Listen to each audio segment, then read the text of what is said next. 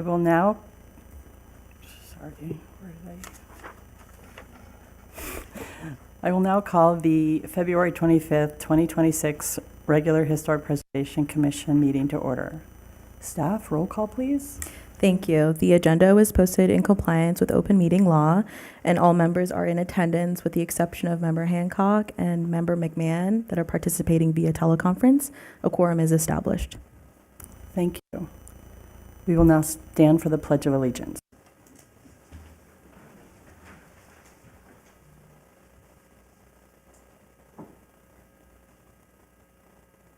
Allegiance to the flag of the United States of America and to the republic for which it stands, one nation, under God, indivisible, with liberty and justice for all.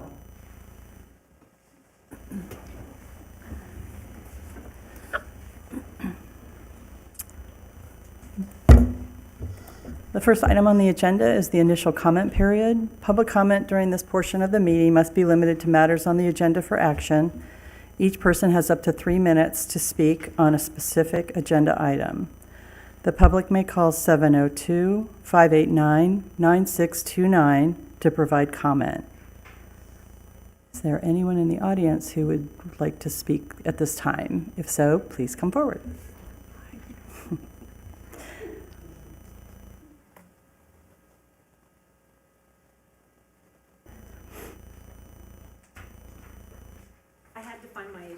Agenda item. So my name is Robin Baker. And first off, it's wonderful to see everybody here. It's so great. I guess I'm going to be speaking to the number 6, update on implementation of goals and priorities. First off, I appreciated very much the open house that was held. I think it was a few weeks ago. And I wish it had been better attended by the community because I think there is so much interest in historic preservation outside of the commission meetings. But it wasn't, and it is what it is. However, I did have an opportunity to speak with Courtney Mooney, and we talked about the goals and actual outcomes.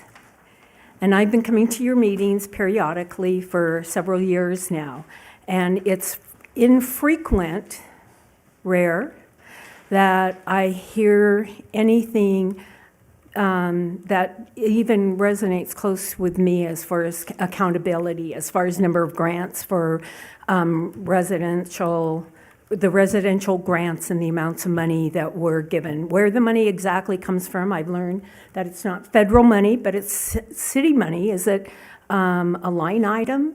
And so when you're talking about the goals and priorities, what exactly does that mean?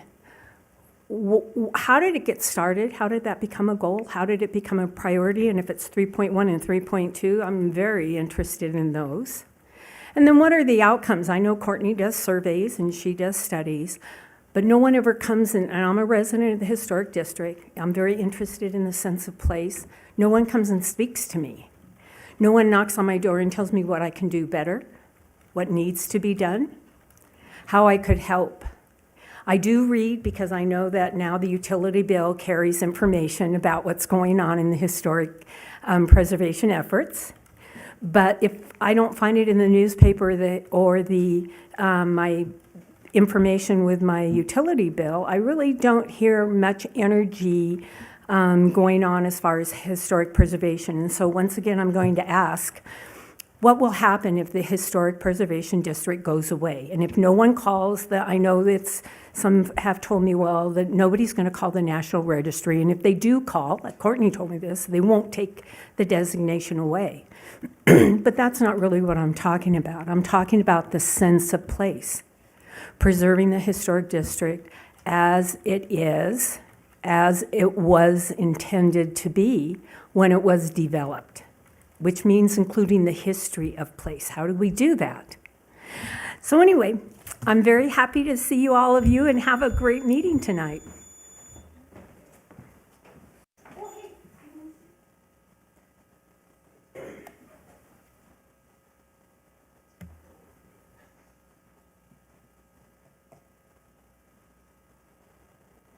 Good evening, Commission, staff. Brandon Smith for the record.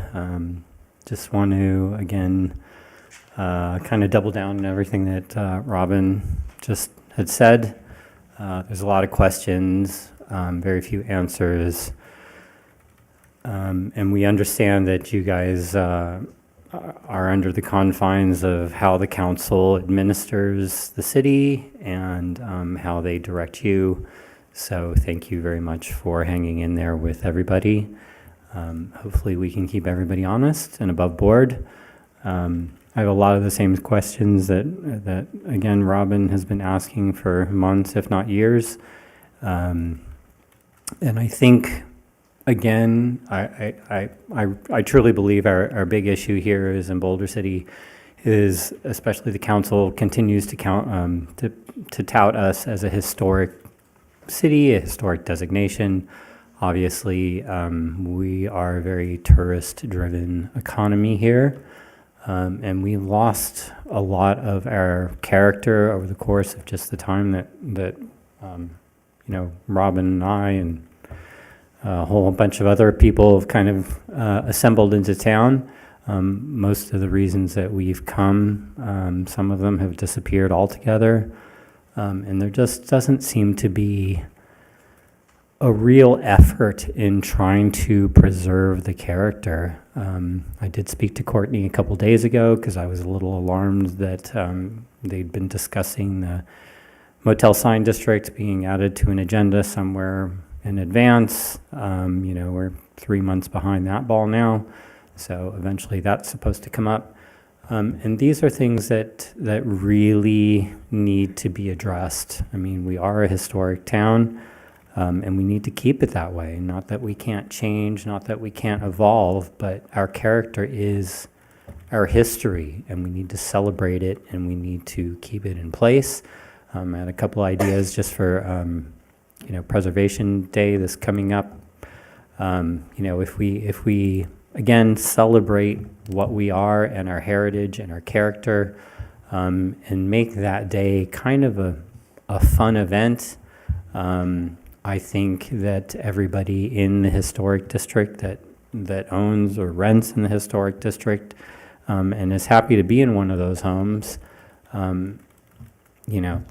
let's make something that hangs on a wall so everybody can be proud of that, or make a plaque that hangs at their front door so they can be proud of that, other than spending $400 on a little bronze plaque that may or may not mean anything. Thank you guys for all you do, and hang in there.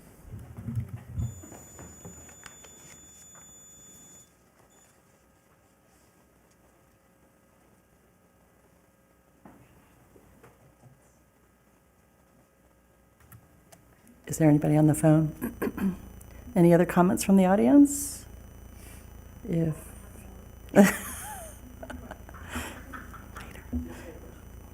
All right.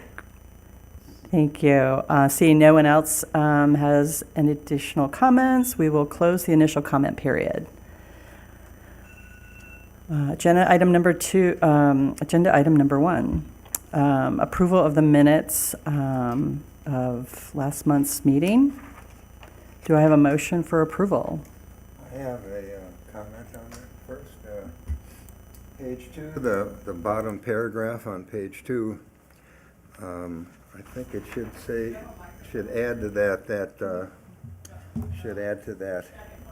This one. Okay, thank you.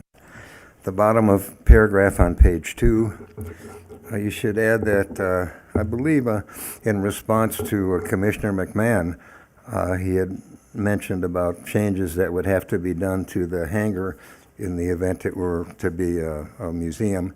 And I had responded to him saying that we would have to make legal changes to that no matter what, if it were to be a museum or whatever type of a project or building. Anything that any changes we make would have to be made no matter what. I believe that's what I responded to him. I don't see that in the minutes. I'm not clear exactly which. The bottom of page 2, the bottom paragraph Page 2 of the agenda or the minutes? of the minutes. We talking about the In minutes? response to Member Baker? Right. And I responded to him saying that legal standards would have to be made no matter what the building would be, whether it was a museum or whatever it turns out to be. Okay. Do you need to provide what should be changed or updated, or do you take note of that, Nikisha or Michael, and make those changes or updates? We can certainly take note of that. It could be subject to that review, and if something needs to be added, we can add that. Okay. Thank you. Thanks, Chuck. Any other comments about the last meeting? Okay. Do I have a motion to approve the minutes with the additional comments? I'll make a motion to approve the minutes. Do I have a second? I'll second it. All in favor, say aye. Aye. Aye. Motion is approved. Agenda item number 2 for possible action, election of vice chairman. So Commissioners, with the resignation of Krista May, that creates a vacancy. The Commission currently does not have a vice chair. The role of the vice chair is to lead the meetings in the absence of the chair. It's principal responsibility. And so this is the opportunity for nominations for vice chair. And the process is outlined in the attachment. The chair will open nominations and then ask for those nominations. Then will confirm consent of the people nominated. And then we'll close the nominations. If there is only one nomination, then that person is selected by acclamation. But if there's more than one nomination, then the chair will ask for votes from the voting members of the commission to vote first on the first candidate and then the second candidate. Thank you. The floor is now open to nominations.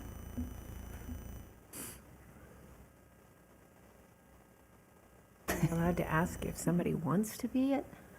It's a great question. Anybody want to be? Did a good job. I'll do it if nobody else wants to be it, but I'm not gonna nominate myself. Would somebody like to nominate her? Sure, I'll nominate her. You have to be formal about it. So So she consents, and so there's no further nominations, so I guess I close nominations. And if there's only one, then she automatically gets it. By acclamation. That's right. Right, maybe just for the record. So Don Wengart has been nominated as vice chair for the Historic Preservation Commission. I'm Marcella. Sorry, oh my gosh, sorry. Fasto.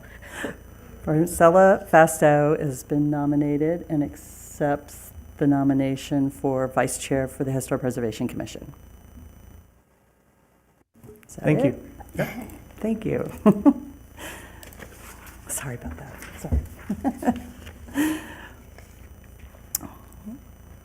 All right, for possible, agenda item number 3, for possible action, recommendation to the City Council on an application for a residential historic preservation grant for 414 Ash Street. Good evening, Chairman Davenport, members of the Commission. Nikisha Lyon, Planning Manager with the Community Development Department. So the item before you tonight is, again, consideration of a residential historic preservation grant application for 414 Ash Street, as shown on the screen in the aerial.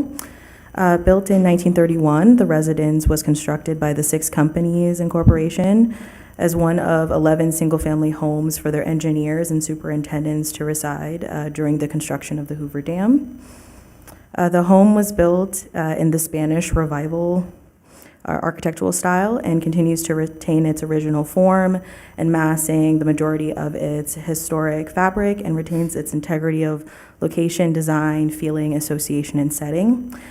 So based on these findings, the home is a contributing resource to the Boulder City Historic District and recommended as individually eligible for designation on the National Registry of Historic Places as at the local level under the Community Planning and Development Area of Significance. The applicant will be painting the exterior of their residence and as well as their detached garage. This is to match the existing colors of the home. The proposed work also includes repairing damaged siding and fascia, removing loose paint, as well as masonry waterproofing of the foundation, and then sealing any of the chalky patches prior to priming and then repainting of the home. The applicant is seeking consideration for the grant to help aid in the cost of this improvement. So the application submitted quotes and then photos of the home kind of showing its existing condition. Those have all been provided in the agenda packet that starts on page 18, and then I have some slides of the home as well if you would like to see those. The proposed improvements meet the applicable grant guidelines, design guidelines, as well as the Secretary of Interior standards. And if recommended for approval tonight, the City Council would consider this grant at their March 10th meeting. So the request before the Commission tonight is to consider the grant application and make a recommendation to the City Council, staff, as well as Ms. Mooney. We are available for any questions that the Commission may have. The property owners and the applicant, Nancy and Don O'Shaughnessy, they are present and they can answer any specific questions that the Commission may have in regards to the improvement and the grant request. Thank you.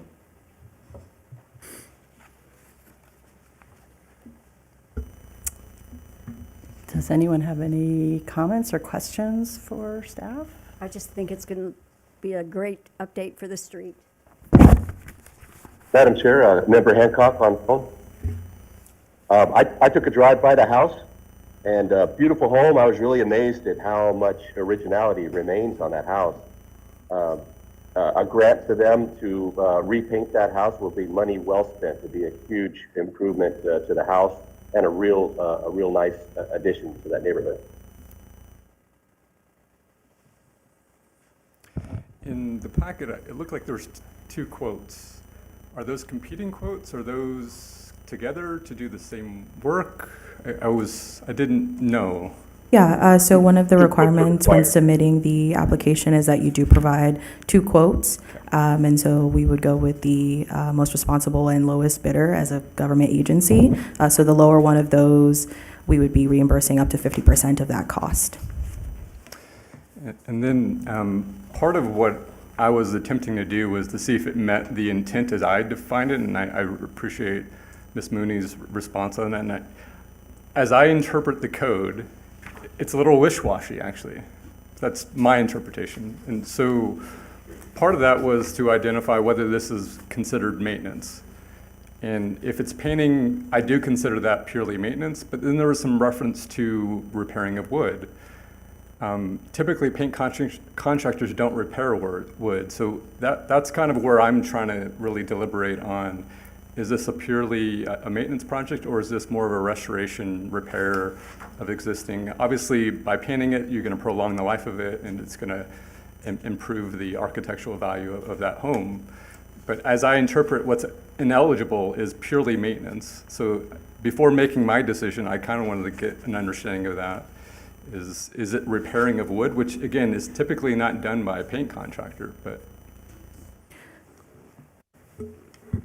Either way. So the guidelines were reviewed by the commission several years ago and then adopted by the City Council. And as you note, there are distinctions between maintenance and preservation. And the determination is that through the painting, it helps to preserve the structure, and that is an eligible item and has been considered previously. As well as they're doing the masonry waterproofing and conditioning, so the waterproofing of the foundation and then the conditioning before they put on the paint. And that is also an eligible activity under the grant guidelines. So that's a question. So the masonry waterproofing and conditioning is just for technically the masonry components of the building, or is it something that's added to the paint that goes on the wood components? So the waterproofing itself, that's going to be applied to the foundation of the home. The applicant provided that it's 3 to 4 inches off of the ground, so this is to prevent any water going into the foundation. And then they have a conditioning that actually goes on the wood for any of the chalky areas of the house. So it's called masonry conditioning, but it's not on the masonry, it's on the wood, the conditioning is. That was just what was provided in the quote, so. Okay. So just to go through, as I'm reading this, I'm reading this recently for the first time. Ineligible activities is maintenance. Projects whose entire scope of work consists solely of routine and cyclical maintenance and redecorating. In the city code, it defines ordinary maintenance as in-kind replacement and repainting to include the definition of ordinary maintenance unless painting involves an exterior masonry surface that was not previously painted. So I just wanted to set that and that's where I see it both ways. To your point, it's preservation, painting is preservation, but it is also considered ordinary maintenance. But anyways. So I'm just only excited to deliberate on this. My initial thought was, that doesn't make sense, and then, so I only wanted to offer that as just that, yeah. Since it was defined through the city and through that's all I have. Perhaps there's a need to further define what painting is as far as a regular cyclic ongoing maintenance task versus a preservation effort in the future, not tonight, but. I mean, yeah, that's something that we can definitely do. Did by chance you speak to Courtney, or did Courtney address this, or did you ask her the difference? I mean, she is on the line if she Oh, wants to Madam chime in Chair. as well. I'm sorry, yeah? Madam- Who's this? Madam Chair? Go ahead. Yes, at the bottom of page 15 is her summary comment from Ms. Mooney. Therefore, the application meets the grant requirements as the project is considered in kind, and the paint will preserve the exterior features and contribute to moisture protection and prevent water damage. I believe that is her recommendation. Madam Chair, this is Dr. McMahon.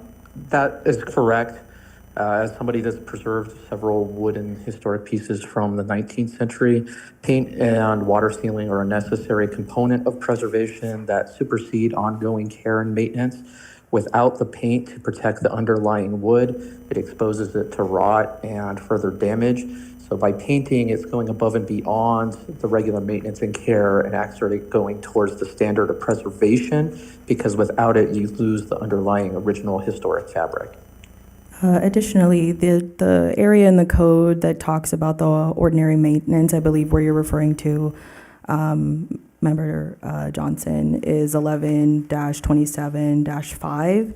And then at the bottom of that section, that pertains to specifically the certificate of appropriateness, which is not the process that we're reviewing tonight. We're just this is specific to the grant itself. So they don't need a COA for painting, but they would be eligible for the grant. So just adding that clarification.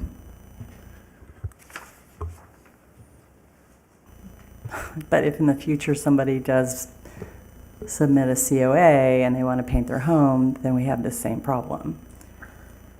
So we wouldn't take in a COA specifically for painting because that doesn't require a building permit, so it wouldn't require a COA. This application is just for the grant I see what you're saying. funding, yeah. Gotcha. Okay. Yeah, and just to clarify, the guidelines are separate and apart from the city code. And so staff engaged with the commission and the council as to what types of improvements do you want to incentivize to help preserve historic properties. And Commissioner Davenport, you probably recall there was kind of some back and forth on some of the different elements by the commission, but with respect to preservation, that was an important component as it relates to the exterior, so. Agree. Madam Chair, on the bottom of page 36 of Mooney's report, it has residential historic preservation grant program guidelines, and it seems to meet the guidelines. So again, my point of reference is only what is identified as ineligible versus eligible. And I would just make a recommendation that maybe we remove the term, if it's solely maintenance related, that it's ineligible. Because, I know I'm not showing my background and, my qualifications, but I can tell you I have the qualifications to suggest this is solely maintenance. So again, this is only in reference to say, if the commission wants to do maintenance and fund maintenance for historic properties, I will support that all day long. I think it's a benefit to the community to have this building painted, and if this helps in getting that done, I think it's a worthwhile venture. Thank you. Madam Chair, this is Dr. McMahon. I'll also add to this that contributing to the preservation is the fact that they're replicating the original colors. They're not doing some bright fuchsia or something that would have been non-original to the time of creation. They're replicating what would have been original. Good point, thank you.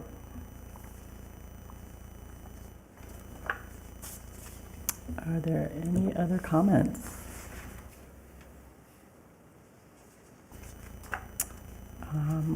I think that this is an excellent project for this grant program, for the grant program. I'm pleased with the application and the review process. It's a great example that I think we could highlight to other homeowners and property owners as far as, the success of the grant program and what it's meant to do. So, thank you for putting in the grant request, and I completely support it, so.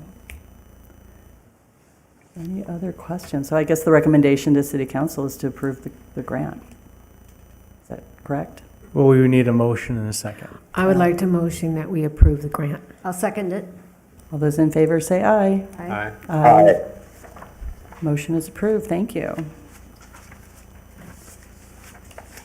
Agenda item number 4, for possible action, commission discussion regarding the historic water filtration plant infrastructure and other associated elements. So, go ahead. Sorry. I just have a comment. You want to go ahead first?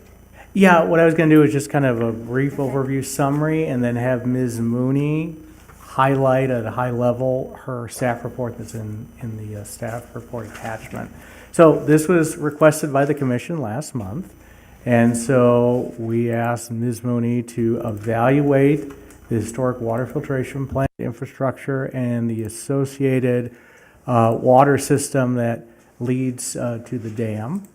And so she put together the report that's attached, and she can provide an overview summary for you and then answer commission questions. Any comments? So I just wanted to say that Boulder has done a great job with promoting events. It started out with Art in the Park and 4th of July, and now they have events every single weekend. And with those events, they bring out the locals, people from Vegas, and those people bring their cars. And the cars are parked on the residential historic district, just taking up every space they can. If you live on that street, you better make sure you do your errands and go to the grocery store before it happens, or otherwise you'll be hauling your groceries for blocks. And so now that we're talking about adding the filtration plant, they're going to be hosting sometimes 100 people.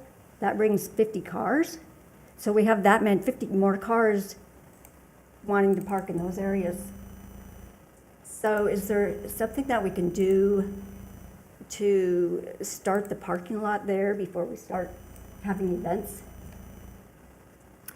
Well, I think this agenda item is regarding the commission's request to assess these resources in their historical context. It's not related to events. So this was, the commission had asked for more information on the historic water filtration plant and the associated equipment, water equipment that brought the water from Colorado River. So maybe having Ms. Mooney kind of do a high-level overview and then answer questions from the commission regarding that report.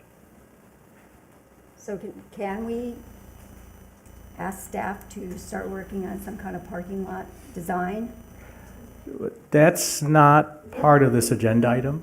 This Okay. isn't about events or designations. This is staff and Ms. Mooney were asked to review and do a assessment of these resources. And so that's what this agenda item is about. Okay. I think what you should keep in mind is we could maybe add that to, as an agenda item for our next meeting, or I'm thinking keeping the water filtration plant discussion going at each meeting. Yeah, I thought it Because I was. think we're going to continue to talk about it. So hold that thought until the Okay. end. Does anyone have any comments or questions for Courtney's report, or about the water system as a whole, or the, which includes the building, of course?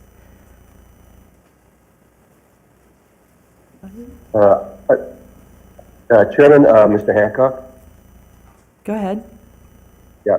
I was having a conversation with Courtney about the full water line reaching all the way to the dam and the pumping stations and the tanks that are out on the Lake Mead Park property. If you guys are familiar with that, there's a filtration building down the hill heading towards the Allen Bible Visitor Center. And we were just commenting about that and maybe trying to do some investigation. There's a lot that's not known about the water line, and if we can get a fuller understanding of how the water line was put together and how it was used, and maybe to get a more clear picture of how the pumping stations played a part in that. She does mention the pumping station in her report. Did you read about it, or were you looking at more details about it? Yeah, specifically the water lines. I didn't know that there was an additional pumping station that is no longer existent, so that was news to me. Mm-hmm.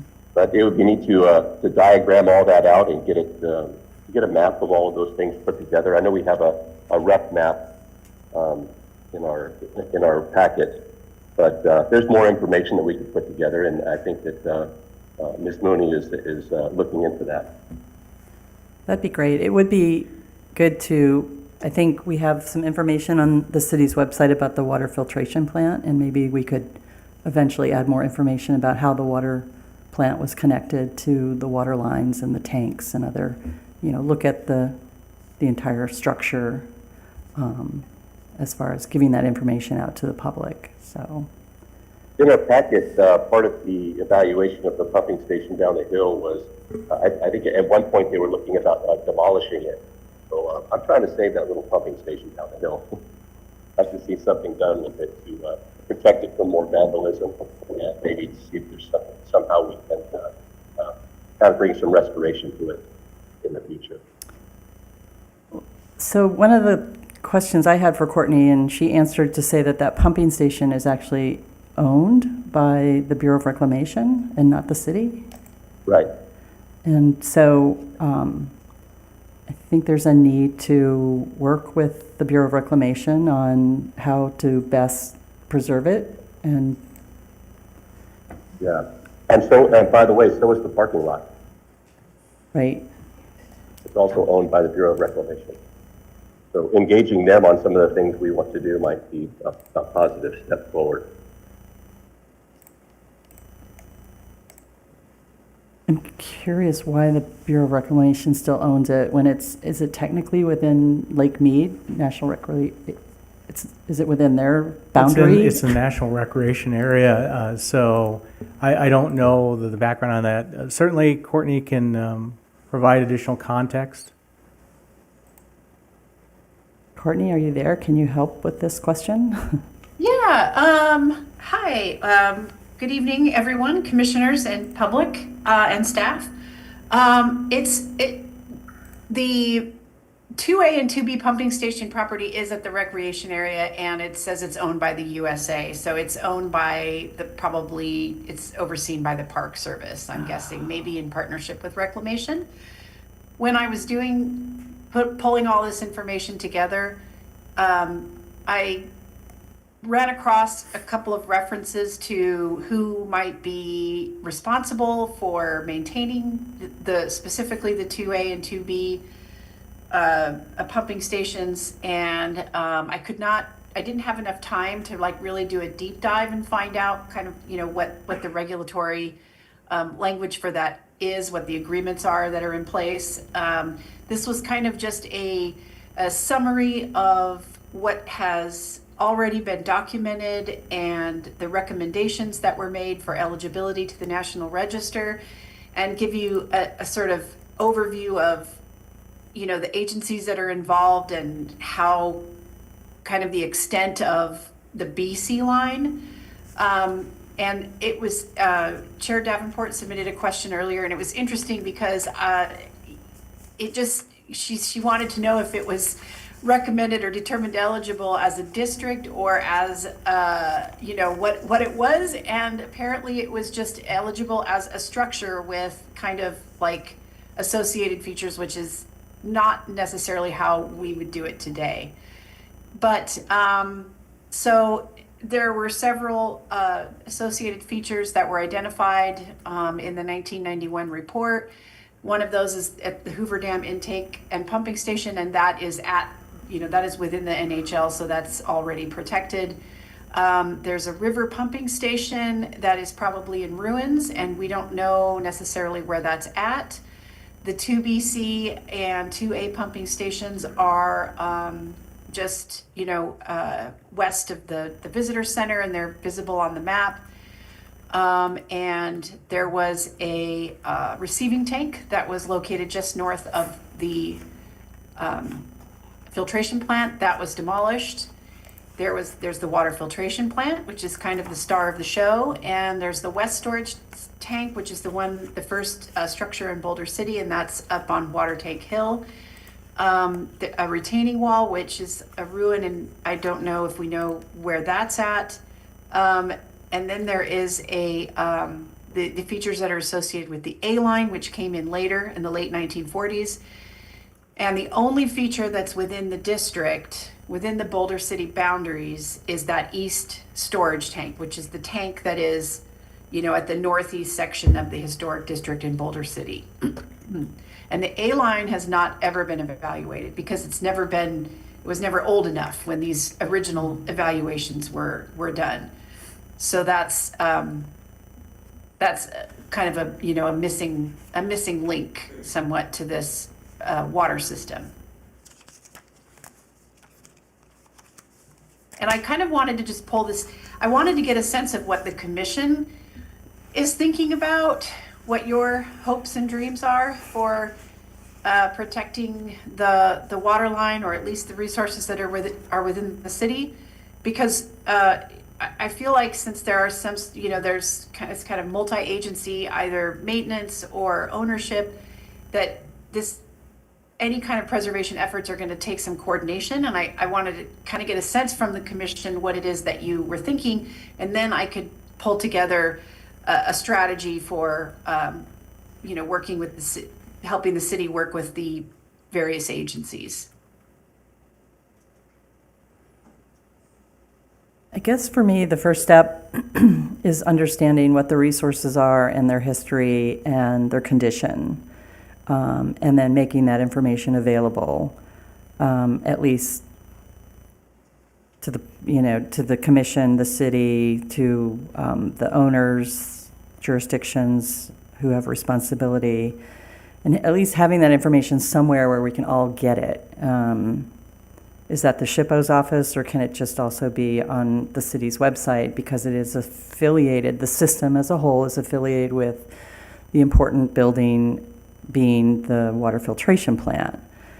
To me, that's I guess the first step, and then the next step would be reaching out to those jurisdictions and letting them know what we're doing, asking them for their input, maybe there's some kind of online exhibit type interpretation thing that we could work with them on to show, historic photos of the water line, and just so people know that it's there. Moving on from there to help preserve them, and that's a whole other can of worms as far as working with other jurisdictions, the National Park Service, and then eventually the SHPO to, update the National Register form, which you said that it's an outdated version of nomination. What would you recommend is the process for nominating or identifying what the water line is per the National Register? Both lines, I should say. Well, and here's where I would like to maybe get some insight from the State Historic Preservation Office in terms of how overlapping, because I think we would want to, in a perfect world, if Boulder City owned all of it, we could, we would evaluate all of it fairly easily and then evaluate it as a district, but it would be overlapping with the Boulder City Historic District, and does that impact the context and the periods of significance and that sort of thing of the district? And I don't have a lot of experience with that, so that's something that I would like to take to the State Historic Preservation Office and kind of get some insight on that. I know it can happen. I'm just not sure how to navigate that process. Because there are a lot of it, within federal government property, I believe coordination would have to happen before we could go and survey, or even just take photographs of all of the resources, that all of the associated features that are listed here. Two of them we don't even know where they're at, and one of them at least might be protected as an archaeological resource. So again, we would have to involve the State Historic Preservation Office to see, for some assistance in maybe oversight on that process or coordination with them and the federal government. So I think to your first point of just seeing what we have, even that will require some multi-agency coordination. And because the majority of them are on federal lands, would they have to take the lead or be the primary have the primary responsibility? Or, I mean, they should, but. That's above my pay grade. That's a city question. May I ask a question? Is this stuff visible, these pipes? No, they're buried. Yeah. Except for the pumping station. So, are we trying to, I'm just trying to understand, are we trying to preserve these underground pipes that we don't see? Well, we're looking for clarification on exactly what the commission would like us to do next. I also want to point out that, as Ms. Mooney noted, the two structures that are related to this that are within the city's jurisdiction, the historic water filtration plant and the water tank, are already within the historic district.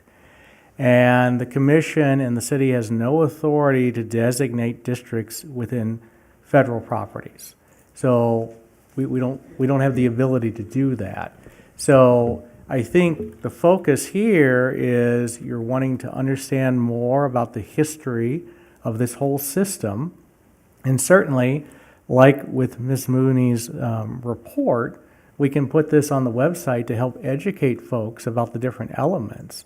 But as to preservation, jurisdiction limits what the city can do. I think it would be nice also at the filtration building to have a display of how it all worked and have, drawings or something, and then maybe some kind of explanation. But I kind of think that it's a waste of money to go any further than that. That's just my opinion.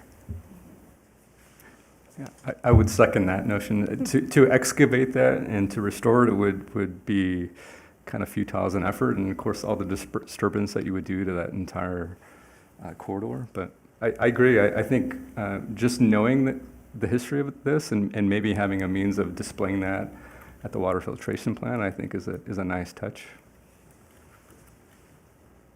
I don't think anyone's advocating to preserving and the underground water lines.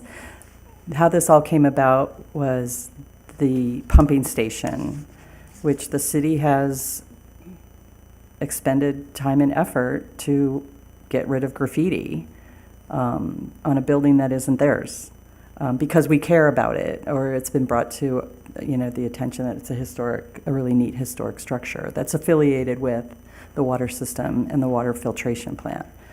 And so it's at least that building that maybe we should get a little better grasp on as far as what is the city's responsibilities for.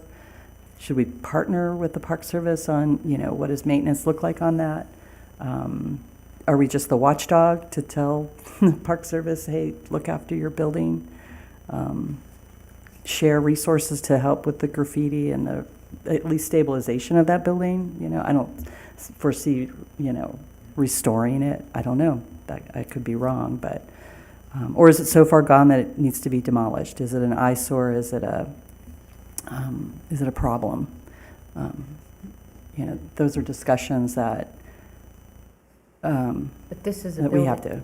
This is a building that's not in our jurisdiction. Correct. So I'm not quite sure understanding why it's our concern. Because it's historic. Well, I It's get that, but it's part not- of the historic water system, which the water filtration plant and the Well, I understand a that, part but of. it's not, we don't have any authority over it. We only have authority of what's in Boulder City. We can ask him if we can move it and put it somewhere, but if we can have it and move it, if that's a possibility, but if it's not in our jurisdiction, there's not really much we can do about it.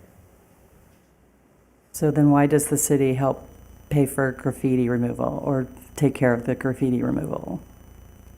Well, I think what we can do as the next step is find out the relationship, reach out to the Lake Mead National Recreation Area to better understand that relationship, and we can come back to the commission regarding that information. Well, I'm wondering if if the SHPO has an opinion on that building, if that's even in their purview, and if there is a connection between us and the SHPO and that building itself, but. I don't know. There is at least in the 1991 report, they make that connection, but Yeah. just by geography, that's it. And well, I guess that report that identifies them as contributing features. So the SHPO considers it one structure, the whole system. So anyway, it's complicated. But at least at this point, I think if there's some way to document what's there, just generally, this report is good with some good graphics, maybe some historic photographs, and put it on the city's website in relation to the water treatment plant information. And then also if we could put something inside the building when there's tours, so people understand how is the filtration plant affiliated with this water system. I think that would help educate people about the whole system and the building. So, I definitely agree with that. yeah.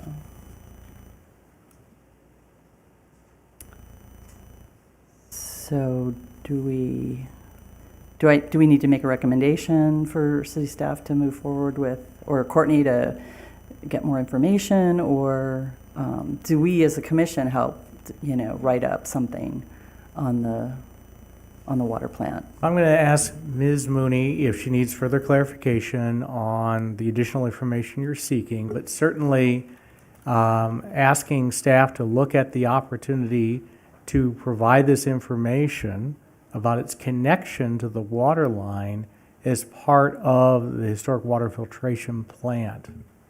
That's good. something that staff can work on. Okay, great. Thank you.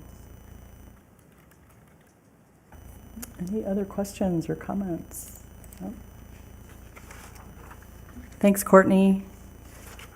You're welcome. All right.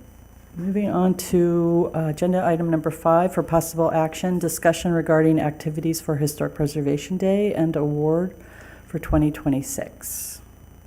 So staff has summarized all the commission discussions up to this point.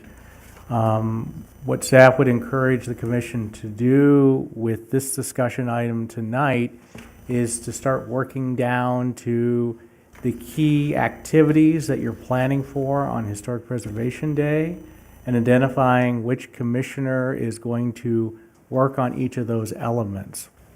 As noted last month, typically the success of Historic Preservation Day is to focus on 3 venues or activities.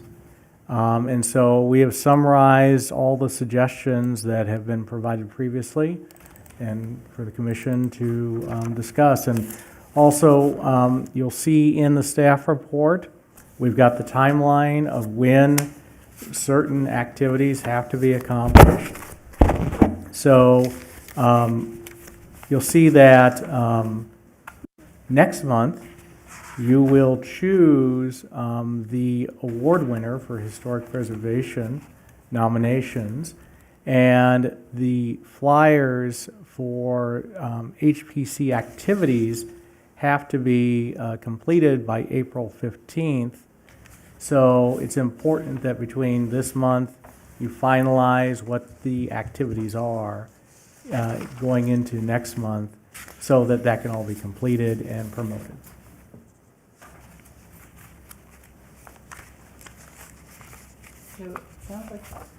We've got at least 2.5 activities. The first is between 9 and 10, and that's the presentation of the Historic Preservation Award at Patrizio Financial. And are you the lead on that? Say that again?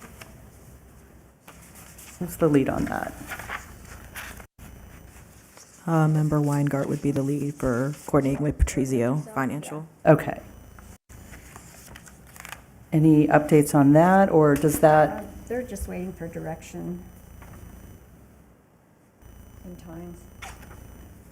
do we want that to be starting at 9? Yeah, I think we agreed on that. Okay, and it's just a matter of, Are we going to do the award there? I believe so. Okay. Were they going to talk about their They could. preservation? Is there going to be time if they're going to do the award and they're going to, if they're going to announce the award and for the children's activity too? Is that something you can help arrange and organize? As far as, so it starts at 9, Yeah. and you would basically come up with an agenda for what goes on between 9 and 10, and who would be presenting the award. I mean, is it the mayor or somebody else on city council? Is it? Well, in prior years, it's been the chair. Or myself. Or you could certainly invite the mayor and city council members. Also, as it relates to the youth banner program, I will follow up with and be the point of contact regarding that. If you want it to be like last year, the top 3 award winners will be invited to this event at 9 a.m. They will be given their awards and their banners will be displayed. And that'll be coordinated through the Main Street program. Last year, did they go first before the Historic Preservation Award? Do you recall? I don't recall. Or does it matter? Yeah, I think they can be concurrent. Okay, all right. So do we have time for Patrizio to also have an activity, or do you think that's enough? Is May still going to be doing the flag project? No, since her resignation, I was going to follow up with the Main Street and be that point of contact. Okay. I have an idea. I was doing some research to see what kind of activities other towns have done, and one of them was a scavenger hunt with, the historic buildings, where they have to locate some of the different historic buildings. Maybe we can do something where how many awards have we given out? And then maybe we can do a scavenger hunt of the previous winners of historic homes and the church, because it's just more than homes. So is that a separate activity? Yeah, separate activity. Okay, so would that be like between 11 and 12, or in lieu of Bullock Airport, or how do you think that fits into our schedule of between 9 and 2 p.m.? So are we not discussing the Bullock Field Airport hangar any longer? We can, certainly, except that, are you the lead on that? And I would volunteer to be the lead. I would volunteer to be there and give a little overview of the history of the hangar and various comments along those lines, definitely. Also, along those lines, just related to that, I believe at the last meeting, I had suggested maybe we would include a paragraph or two on our flyer about the hangar, since it falls under preservation to an extent. And I don't know where that ended up. Do we need to make a motion on that, or does anybody have any more comments on that? If anyone recalls, I brought that up last month. so the flyer, which is this, is just an informational flyer. What we have done in the past is come up with like a schedule or an itinerary that discusses. When things are happening. Yeah, well, certainly if we're going So to... we can't change this. This is done. Okay, well, certainly if we're going to do the hangar from 11 to 12, we would need to print up some of the history of the hangar. I'd be happy to write that, and I would even Xerox it if the city is not prepared to do that. So the question for then is the hangar available from 11 to 12? Will city staff be there to help with that? Is there city staff available to monitor that? So just to clarify, and for the benefit of the commission, a majority of the hangar would not be accessible, just like 2 years ago, because the city has sensitive equipment located in the large hangar area. What we did 2 years ago when we had an event there is a section off to the left that had limited accessibility, where we had a speaker speak and we set up chairs, and they were able to discuss the history of the hangar 2 years ago and do that. In conjunction with that, 2 years ago, Commissioner May organized children activities that were done outside and in front of the hangar. So we could certainly confirm the availability of that smaller space off to the left of the hangar, but the larger hangar wouldn't be available currently because of all the equipment in there and for liability concerns. You know, I would have no problem with that smaller space and having people learn about it, seeing the exterior, and like I say, I would give a talk about the history of the building. So I have no problem with that. Any other commissioners have any comments? And then, Mr. Maves, do we need a motion on that if there's no objection? No, the commission is working out the schedule, so. Okay. We can, a child's activity, maybe we can do, like, they can make paper airplanes, and whoever's paper airplane goes the furthest. It is an airport. I mean, kids like playing with, I don't know, I'm just throwing ideas out there. But, you know, kids like making airplanes. We can have different kind of airplanes they can make, and they can fly them there since it's an airport. That's what it was. So Chuck would be leading, kind of giving a history of the airport. Would that mean you would be Help with the taking care airplanes? Yeah. and dealing with the kids at the same time? From 11 to 2, or 11 to 12? Well, I'd let him, I think we should do like we did last year, where Mays had these little areas set up where people got to dye, use dye, you know, and make paper, and they got to use natural stains to dye material, something like that, but at the hangar instead. Little, you know, airport-related activities for kids. So you're taking the lead on that, and I'll do that, yeah. I can Okay. do that. so do you need any supplies, or what do you need to make that happen? And whatever you do need, you have to let the city know. Right, can I research that? Okay. Yeah. It may not be too expensive, you know. I remember back when I was a kid, which is unfortunately quite a long time ago, we had these little like parachute guys that used to throw them up, and they used to come down and open up, and the airplanes, and they were like penny toys, and that would be fun for the kids to have a little bit of history of some of the old toys. Tag, you're it. That sounds like a great project. So Chuck, I would suggest too, if you could maybe bring up the World War II connection. Sure. You know, the nomination, that the city, Boulder City and Henderson's connection to that, and talk to Nikisha, I guess, about where we are with those efforts, and bring that up. I think at the airport would be a great location for that. Okay, yep.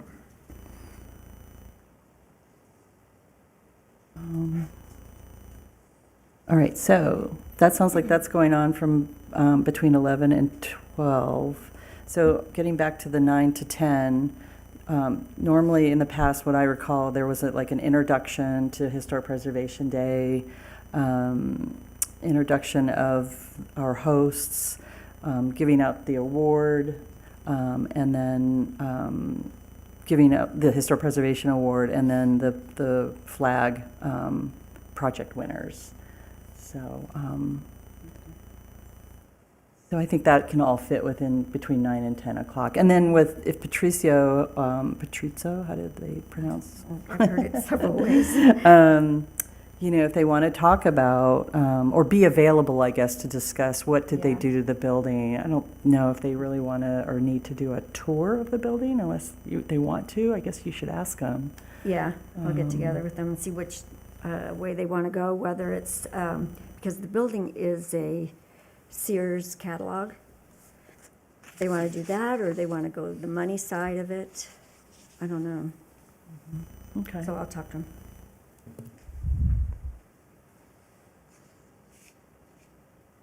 This down. Okay, great. So good, you're taking the lead on that. And then as far as the water treatment plant,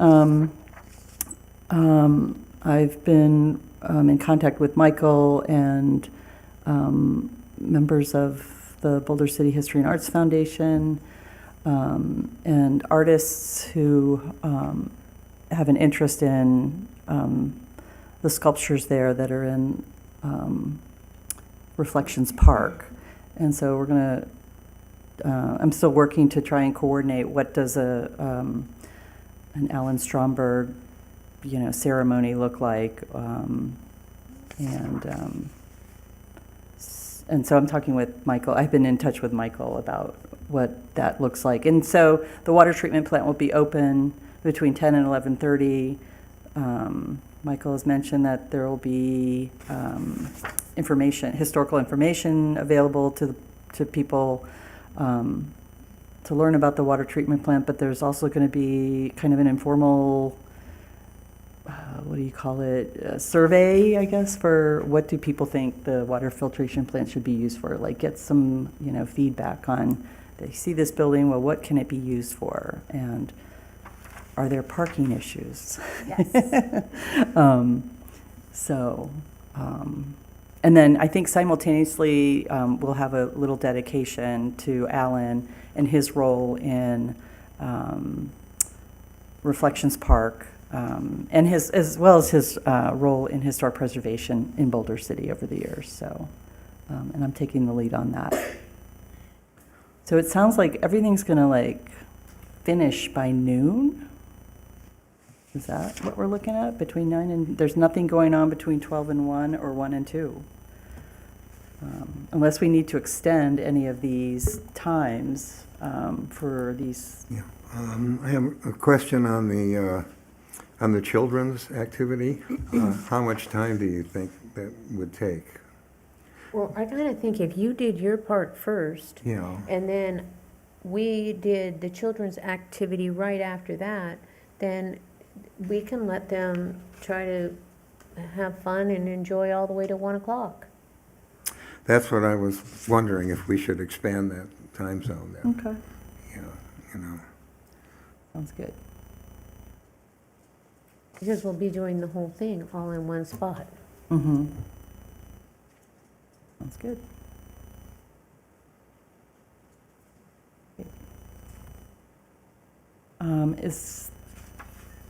So what else we kind of have an outline of what the agenda looks like, who's doing what. Anything else that you need from us to move forward, or? I think for each of the individuals who is taking responsibility for each of those elements, go and research that and then report out next month.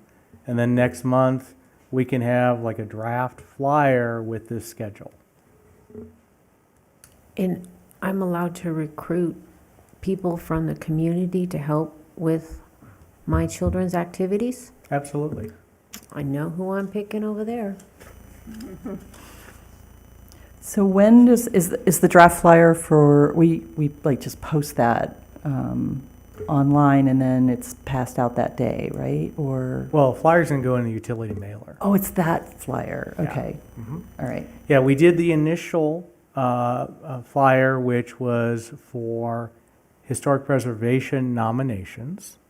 And so the next flyer will be to promote Historic Preservation Day, and then will be part of our promotional campaign to get it out into the community in the wider area to let people know about it.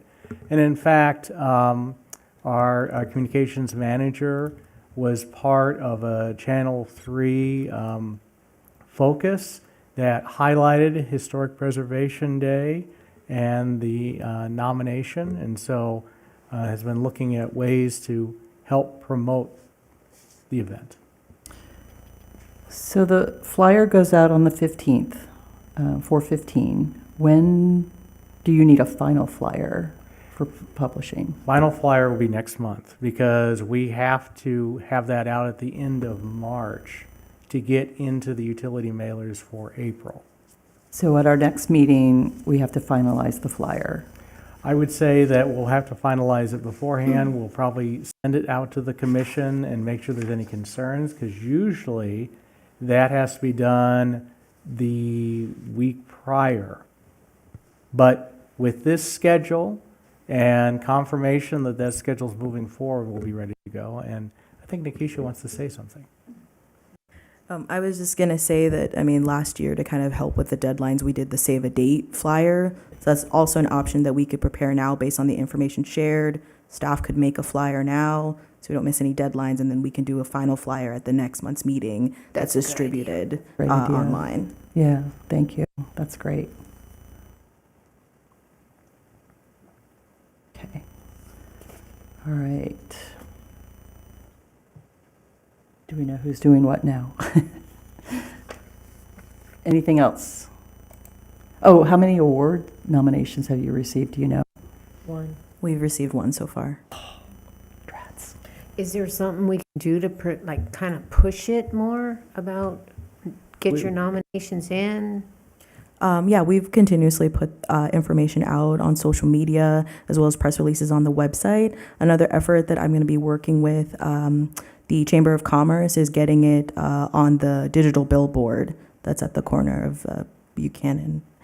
So I'm going to work on that and get that done for next week. So.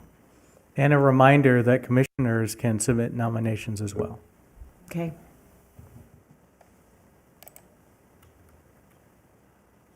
All right. Sounds great. This is moving along. All right. All right. Agenda item number 6, update on implementation of the commission's goals and priorities. So this is the monthly report where we highlight the goals that were identified by the commission through the Historic Preservation Plan that included public engagement and was adopted by the City Council. You will see the attachment shows in bold any new information regarding those goals and implementation of those goals, and staff can answer any questions. I have a question on where is the meeting of the Board of Museums and History in June, when they're considering the nomination for the hangar. Is that under the activities?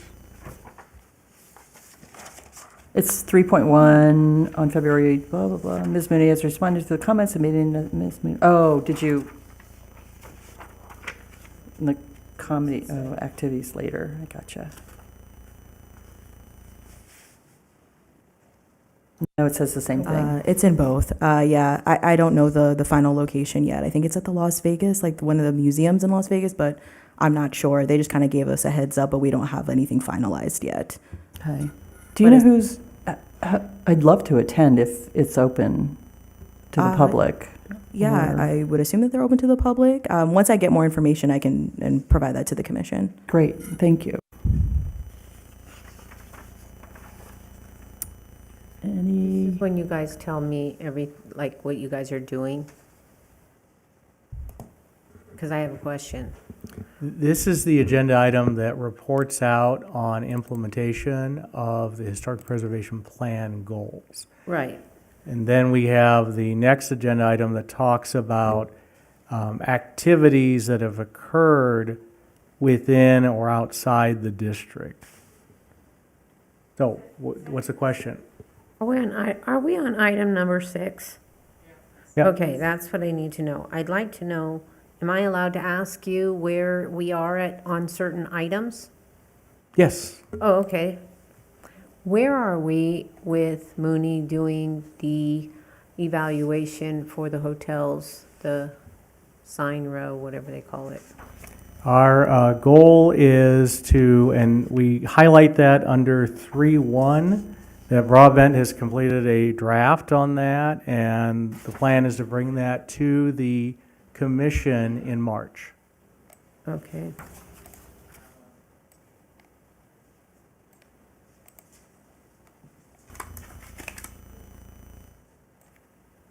oh, there it is, okay.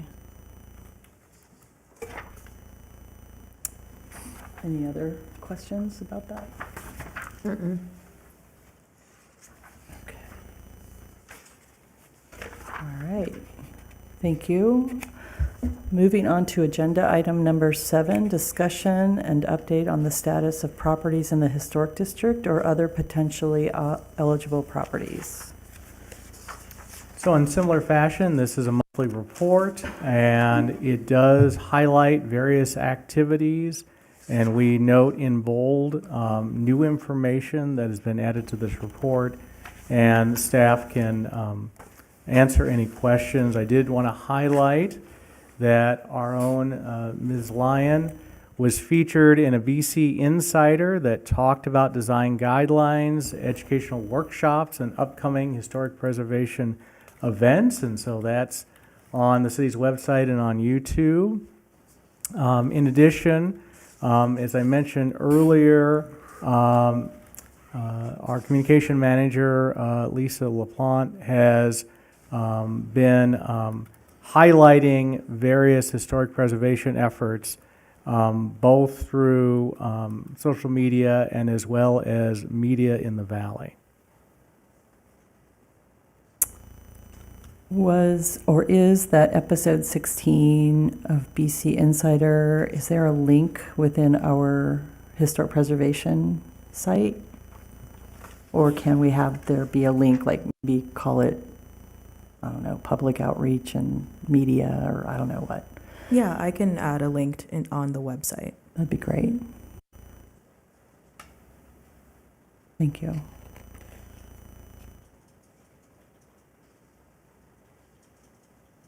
So there's 2 episodes, episodes 6 and 16. So, all right, great. Anybody have any comments about this agenda item? No? Okay. Okay, agenda item number 8, for possible action, commission discussion regarding potential agenda items for upcoming Historic Preservation Commission meetings. So this is the opportunity for commission members to make suggestions on future agenda items. Madam Chair, I have something for a future agenda item. I'm sorry, I missed that. What? I said, Madam Chair, I have a suggestion for a future agenda item. Great, go ahead.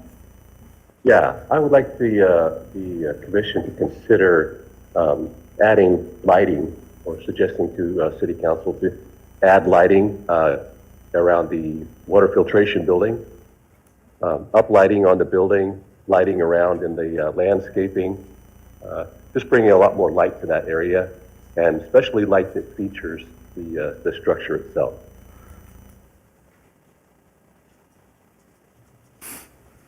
Okay, thank you. And to add along with that, lighting for the parking lot. Yes, I agree.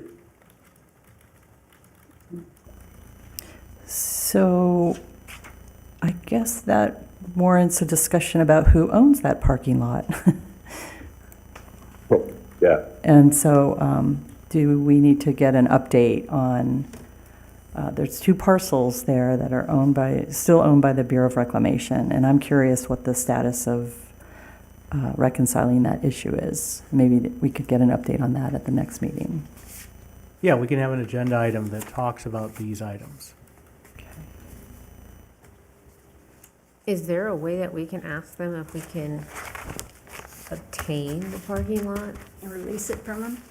You know, so that, I mean, maybe they'll give it to us if we ask.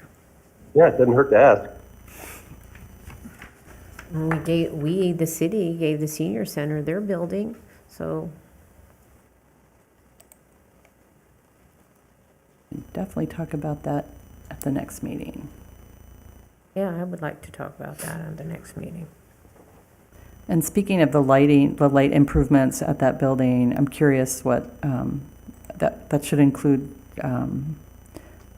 what security, well, I don't want to get into details of what security is there, but with the lighting should be a way of improving the security at that site.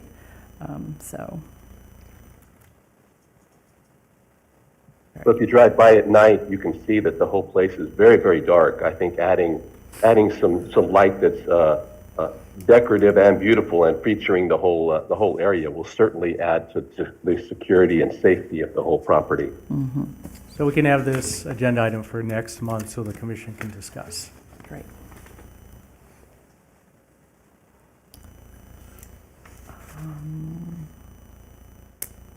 Any other? I have a possible item. I know a couple of months ago I brought up the fact that maybe we could produce a quarterly magazine about our activities, about the preservation neighborhood. And after that, I think we had a member of the preservation district sent a letter saying that she approved that. We never went anywhere with it, but Before I actually bring that up, Mr. Mays, in the event that the commission and the city were able to approve what I'm going to bring up, where would we get money to publish a publication? Would we have to go to city council to do that? So I want to remind the commission that we can't discuss items because these items are not agendized. If you want to say, I want to talk about a magazine next month, then we can have that conversation. We just need to follow open meeting law requirements. Okay, well, I'd like to talk about a magazine next month as an agenda item. Thank you. Yes. New guy on the block, you sure? Get in there. All right. All right, thank you.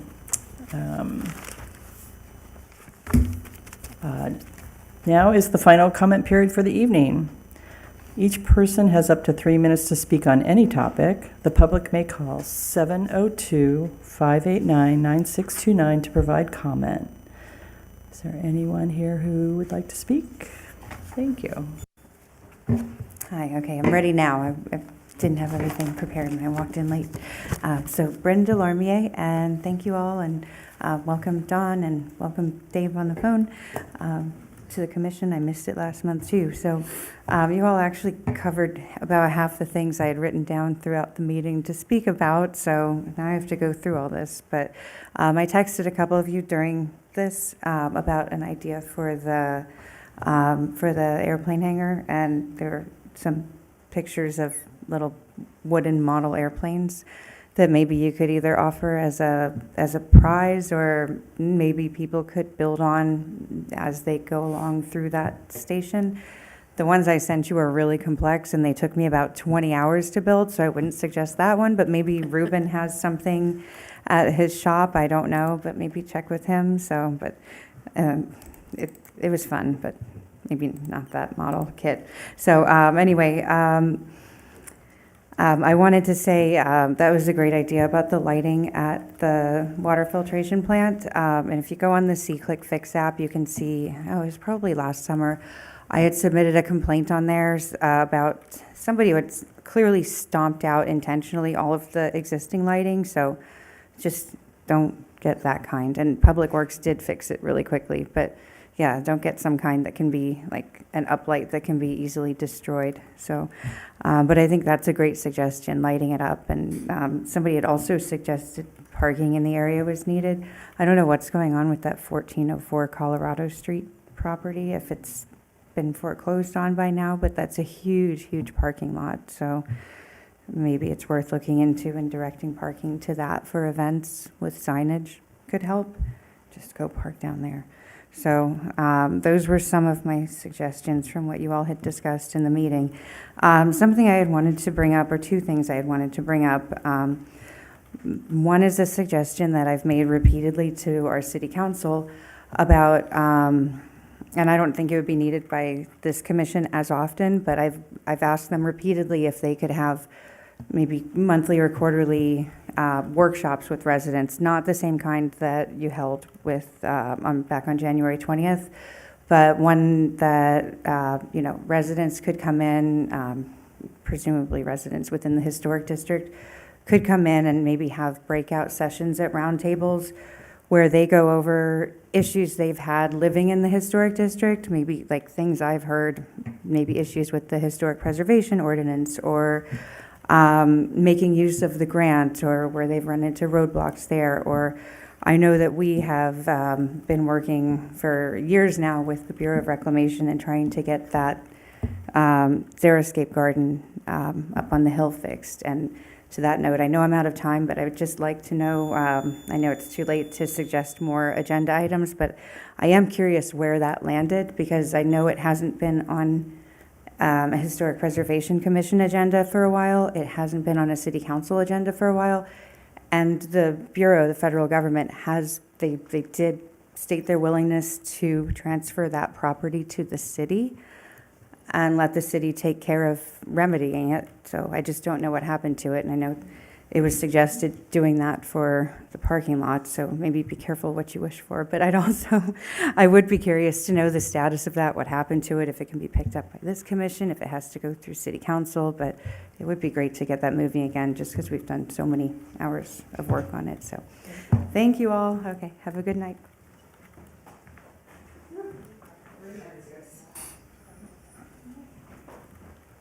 I'm going to try to be quick.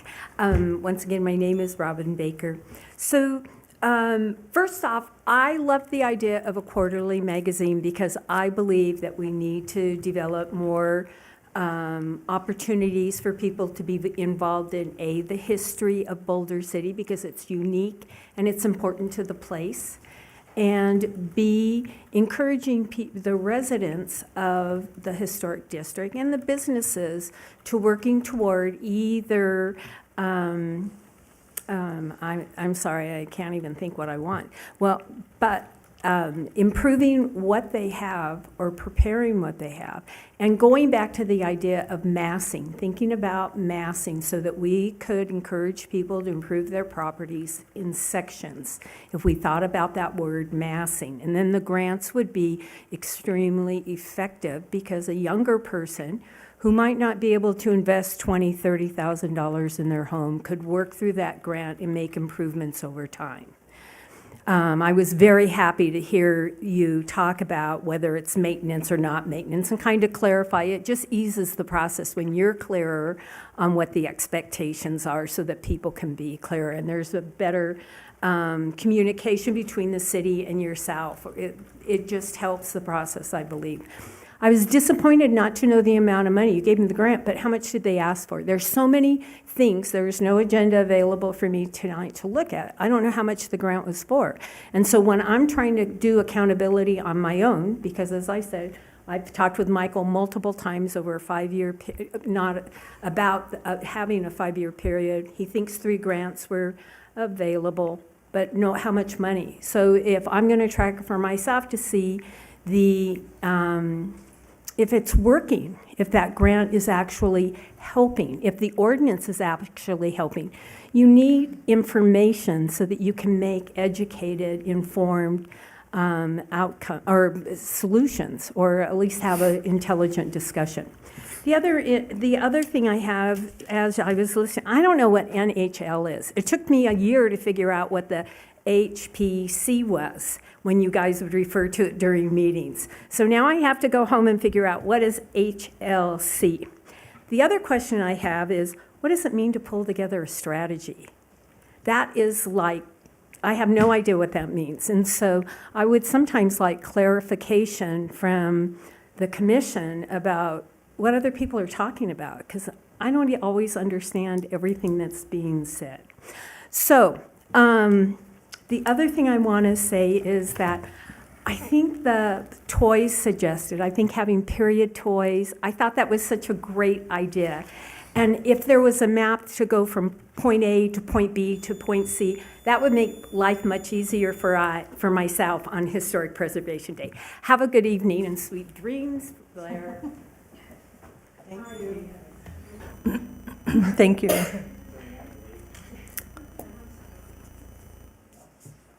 Any other comments?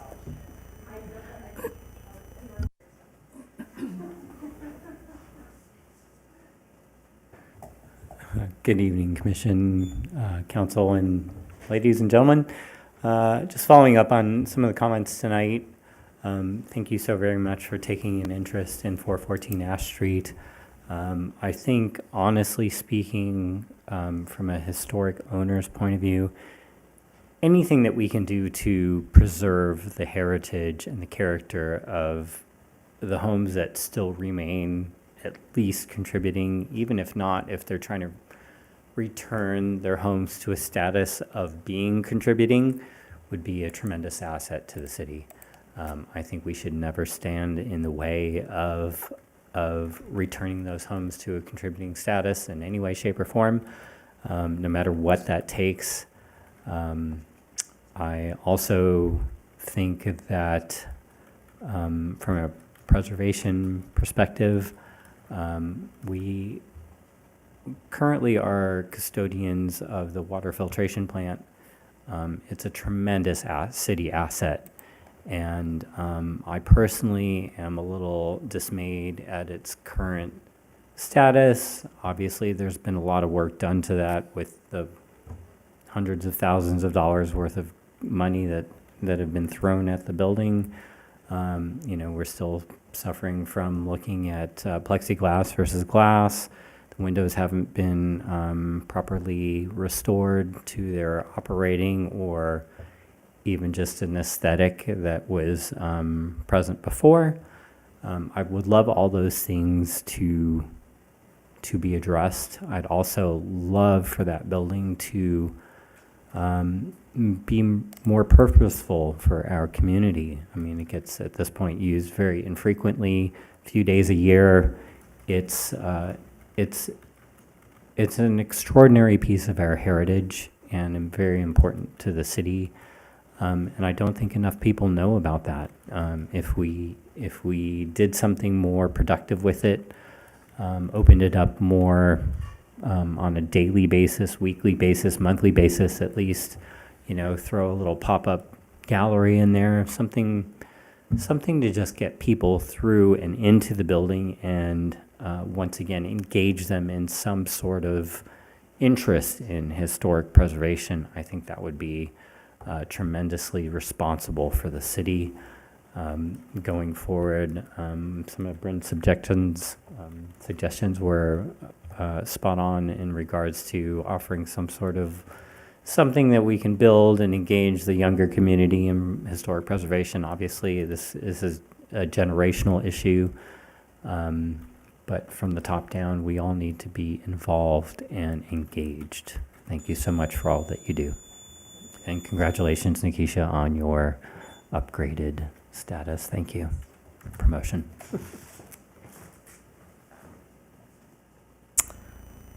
Anybody else? Seeing that there are no other comments, this meeting is adjourned.